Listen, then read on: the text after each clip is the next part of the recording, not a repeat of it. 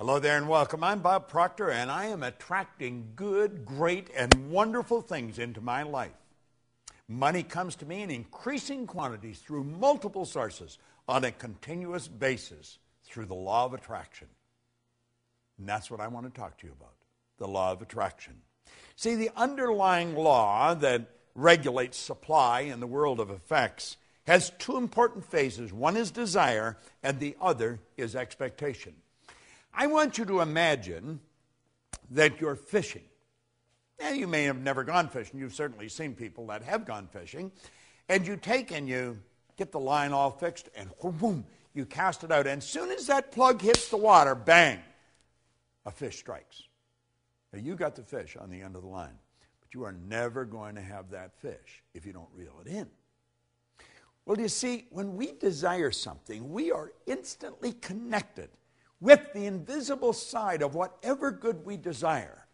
It's expectation that reels it in. Now, most people don't understand this, and they attract what they don't want rather than what they do want. I remember years and years ago, I got a bumper sticker that said, "Expect a miracle." And I kept looking at that bumper sticker, and I kept looking at it, and I got to the point where I was expecting something so good to happen in my life that I wouldn't be able to explain it. You see, I come to realize that a miracle is a word, Voltaire said, it's a word that we invented to express the known effects of unknown causes. It's something that's so good that's happened to us that we're at a loss to explain how it happened.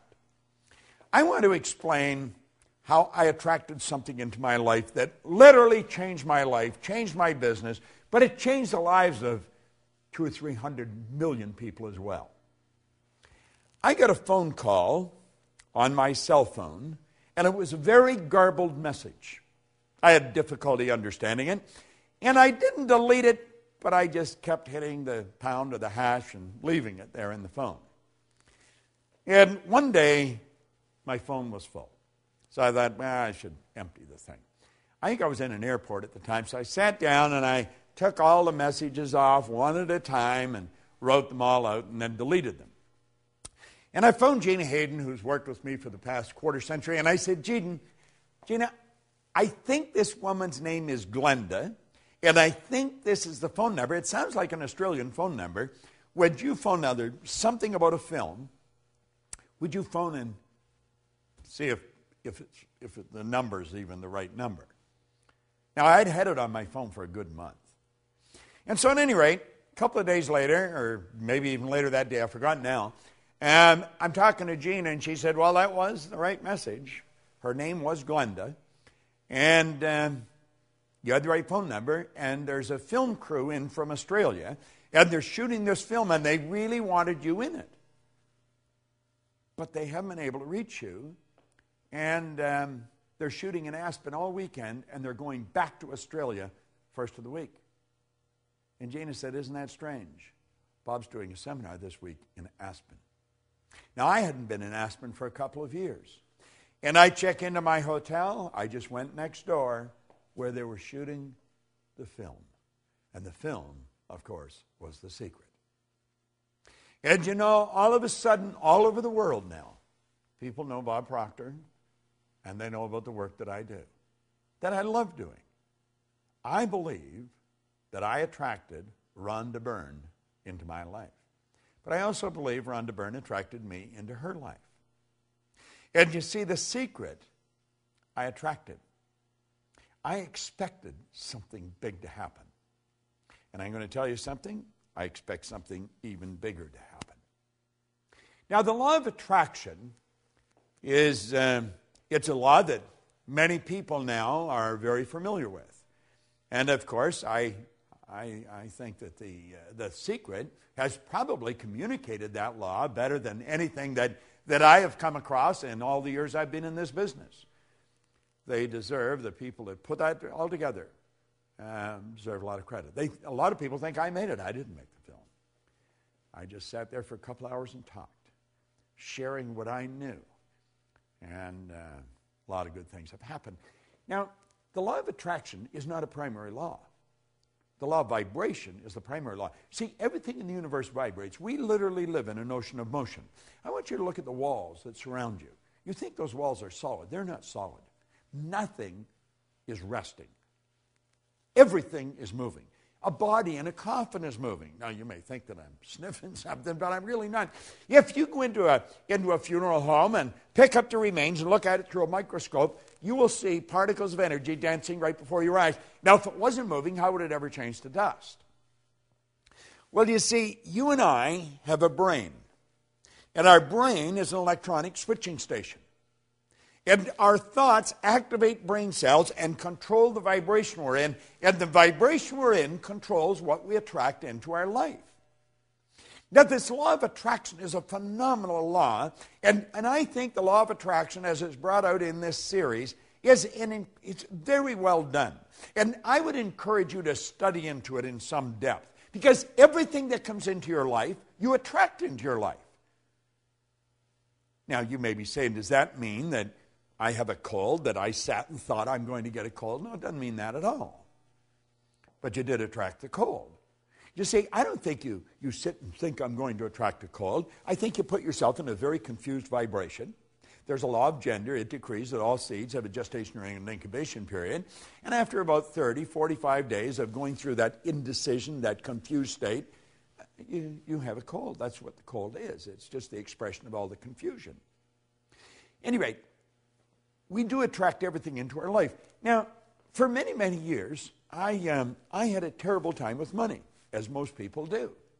And I was forever letting my outside world control my thinking. So my outside world was dictating what I was going to attract. Now, I didn't have any money. I had debt, and I'm thinking debt, I attract debt. If your goal is to get out of debt, you're going to stay in debt forever. Because whatever you think of, you attract. And you'll say, but I was thinking of getting out of debt. I don't care if it's get out or get in. You've got to start seeing what you want. In a previous lesson, we pointed out that you don't work on cold if you're cold. You work on heat. See, cold is the absence of heat. So you work at creating heat. Well, if you want good in your life, quit trying to change the bad. Quit trying to get rid of the bad. Let it go. Let the dead bury the dead. Let it be part of the past. Start to see the good that you desire. Visualize it. See it as present in your mind. The second you've got the idea in your mind, you've got it intellectually. The second you internalize it, you've got it emotionally. And then it's only a period of time until you attract it physically. Attraction's a very powerful process. We are all magnetic creatures. We're all a mass of energy. Everything in this universe works on the law of attraction. You go into some restaurants, and they're always busy. The energy is good in those restaurants. You go into others, there's hardly anybody there. Isn't that strange?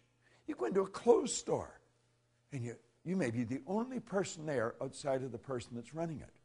You go into others, and there's people coming and they're going all the time.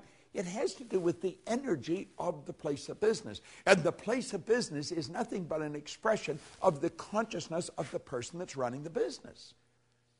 When we start to understand this, when we start to understand that we literally attract everything into our life, and it's our thoughts that are controlling what we attract, our whole world's going to change. You see, nature does not deprive us of any good or desired thing.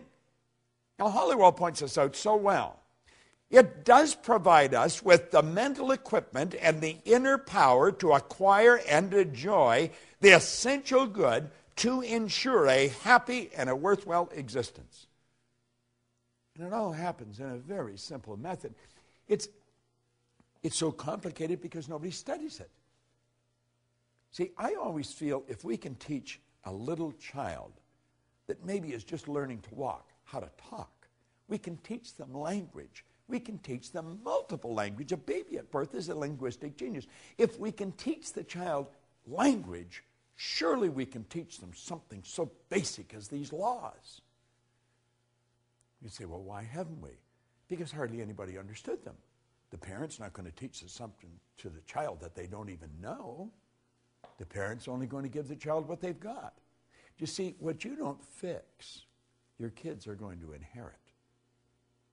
You should put a big sign on the refrigerator, attraction. Put it on the outside of your bank account. Hang it in your mirror where you put your makeup or shave in the morning.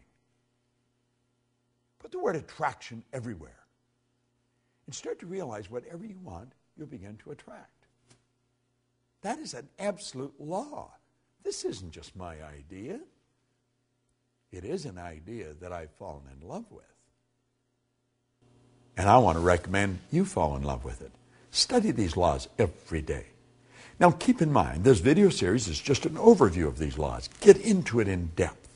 Get the script. Study the script. You'd be so glad you did. This is Bob Proctor. Thank you.